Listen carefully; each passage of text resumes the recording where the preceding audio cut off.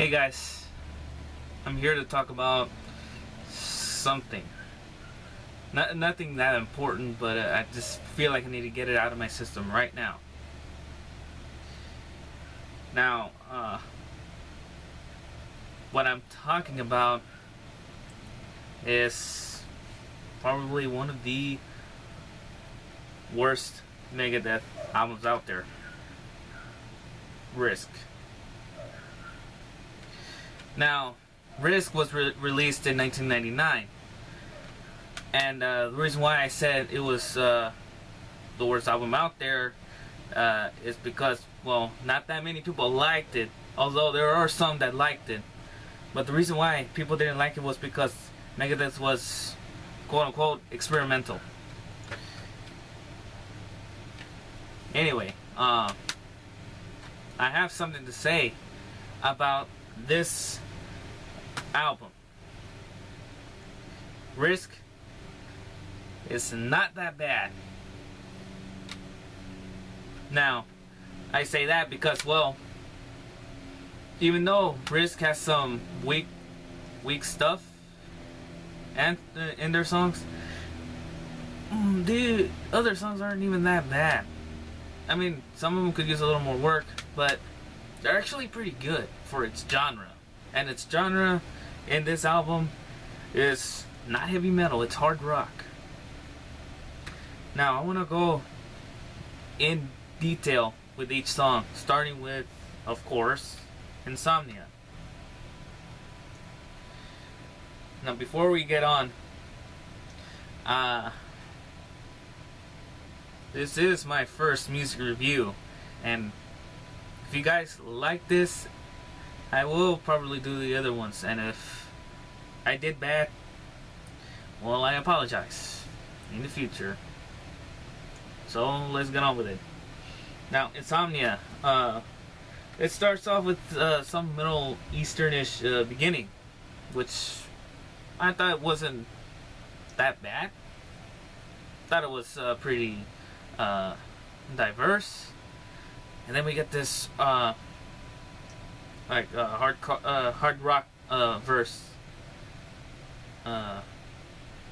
Then when we get to the pre-chorus, it quiets down into like a pop synthesizer kind of thing, even though it's played by Marty Friedman on guitar. Now, it repeats until the next chorus, which it gets heavy afterwards during the solo. And then after the solo, it shifts into an acoustic guitar, which I feel has this song I feel it has like a pop hard rock ish kind of type of music. Excuse me. Now, on the lyrics, it's not that bad. It talks about someone going insane with insomnia. I think they were going paranoid. I don't remember much, but I looked at the lyrics and I don't think it's that bad. Now, for this song, I'm going to rate it 3 out of 5, which in my books is considered a good song. Now we get to the next one. I'm reading off of my computer because I tend to forget my notes, but I have them here so that way I don't forget. Anyway, we get to the next song, Prince of Darkness, which I feel is the darkest song in this album. A nice dark minute-long intro, maybe more than a minute. Heaviest song on the album, and the vocals and lyrics are perfect, even though there's a hint of pop. There's a little sound of pop with that one guitar. Actually, no, I take that back. I don't think there's like a sense of pop. I think everything is overtaken by heavy metal. That's all. and the solos are kick-ass, especially the one at the end, which I believe Dave did, if I'm not mistaken. I don't know. I didn't look for solos, who did the solos or not, or somewhat. But anyway, this song gets a rate of excellent song, which is a 5 out of 5. And then we get to the third and fourth track. The reason why I say third and fourth track is, well, Enter the Arena is like an intro to Crush 'Em. So I feel like that doesn't count as a song, so we're gonna skip Enter the Arena, although the intro is awesome. Now, Crush 'Em. I have to say that Crush 'Em reminds me of Metallica's King Nothing. At least the style. But just compare those two together and then let me know in the comments. Now, Dave did an excellent job following Metallica's footsteps into the mainstream. The only thing is, I don't know if that's a bad or a good thing. But either way, this song is awesome for its genre. The lyrics are awesome and it has a pop hard rock feel. And actually not pop hard rock feel, more like an arena rock kind of feel, since that was the purpose of the song, the purpose that Dave had for the song. So 5 out of 5, Enter the Arena and Crush 'Em more. Maybe 10 out of 10 since it's separated. No, 5 out of 5. Excellent song. End of story. Now we get to Breadline, which I feel is probably the softest song on the album. Yeah, Megadeth became softies with this song. You heard it here. Anyway, the lyrics are awesome. I like the clean intro that it has. It had like a radio kind of type of music. I mean, the reason why I say radio is, well, it sounds like something you would hear on the radio. And even though it had a popish kind of tune, popish, I'm quoting Cover Killer Nation. Anyway, it's a catchy song. I really like the solo, and it went perfect with the song. So this song gets a rate of excellent song for an album. I originally rated it great song, which is a 4 out of 5. But you know, I think it deserves to be a 5 out of 5 because, you know, it is just so well done. So 5 out of 5 goes to Breadline. Next we get to what I feel is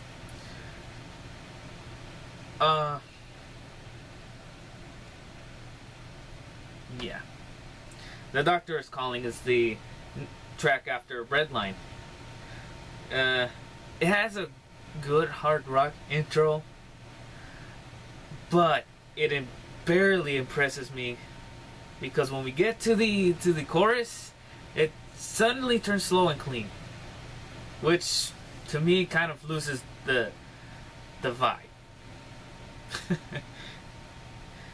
The lyrics were kind of weak, but the song itself, I'll admit, is not that weak. It's an okay song, which is a 2 out of 5. Next, we get to I'll Be There. Now this is the most emotional song I've heard by Megadeth on this album. Now, before we get further, I just want to say that when we start listening to the song, it has like a tremolo picking kind of thing. So let's skip that. Now I like the intro, pretty clean. But the lyrics was something. It had emotion. which is what lyrics are supposed to do. Every pop singer out there, this song is better than your shit. Anyway, the music fit well with the lyrics. It had like a sense of salvation throughout, through its lyrics. Very emotional too. Dave did a good job. Congrats. I also rated this great song, but you know, I'm kind of hearing it in my mind right now, and you know, I'm gonna give it an excellent song. 5 out of 5. Yeah.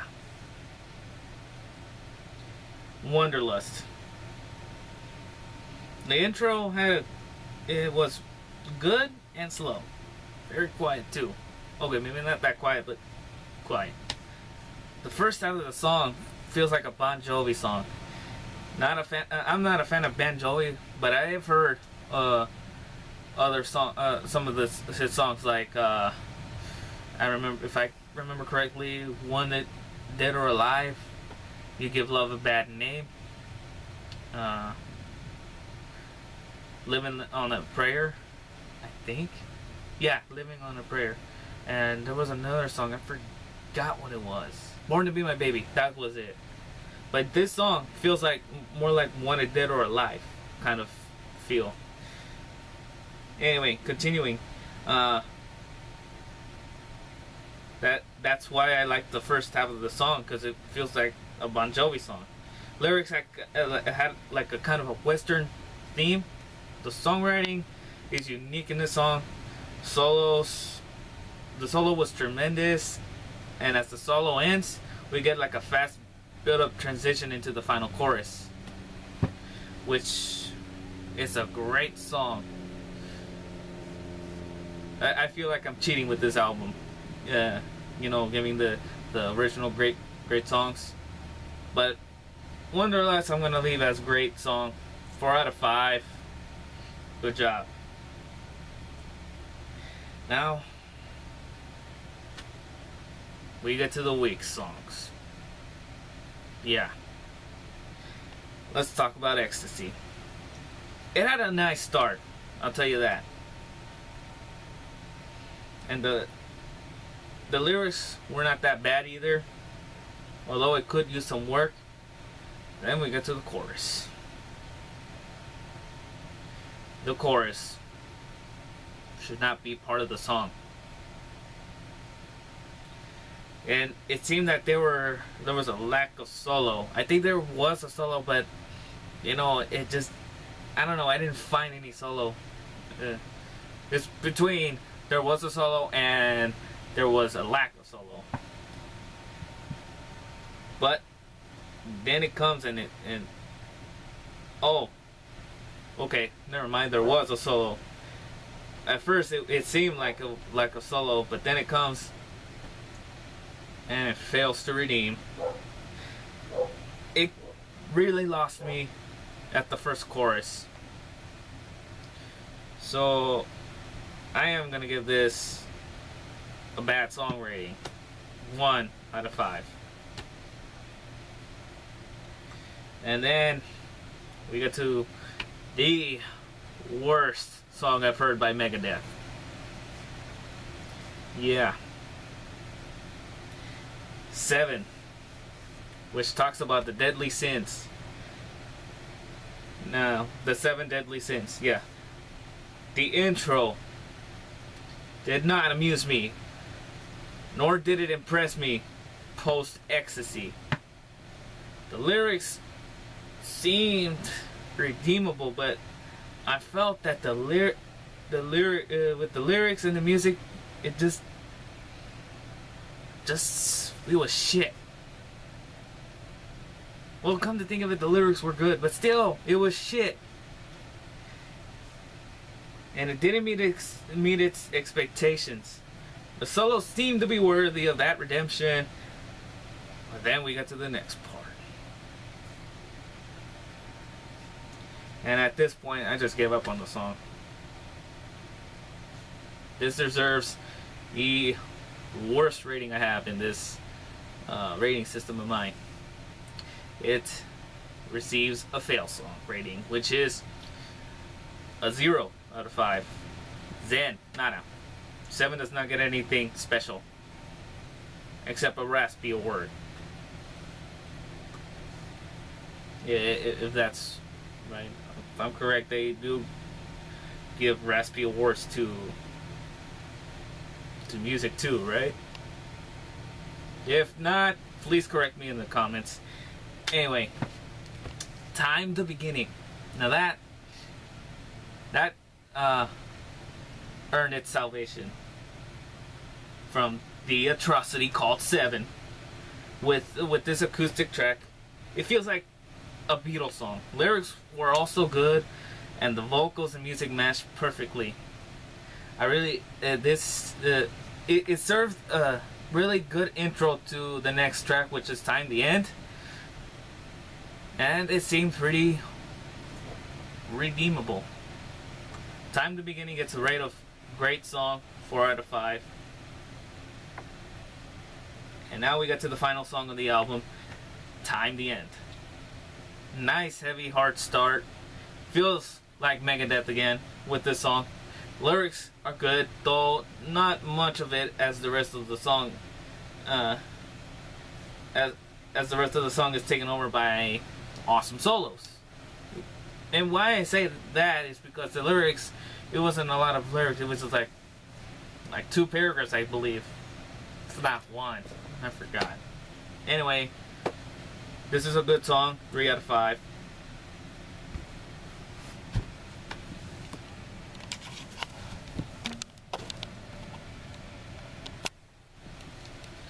So, when we add up the songs, we come to a total of 45. So, out of 55 stars, let's say, or something, I don't know. I'm new with the rating system. But anyway, the rank tally is 45 out of 55, which in calculations is like a B minus. But I feel like the album doesn't deserve like a B minus. Well, no, it doesn't deserve a B minus. I'm gonna give this album a rate of C. C plus, actually. A C plus. Anyway, guys, thank you for watching. If I did great with this music review, well, hopefully I don't see any negative comments. Actually, I should expect that, because I feel like I didn't do good with this music review. But please let me know if I did anything wrong in this music review. If you feel like suggesting something to change, please let me know in the comments below. Why do I keep saying that? I feel like I'm repeating this stuff. But anyway, please like and subscribe and stay metal, guys.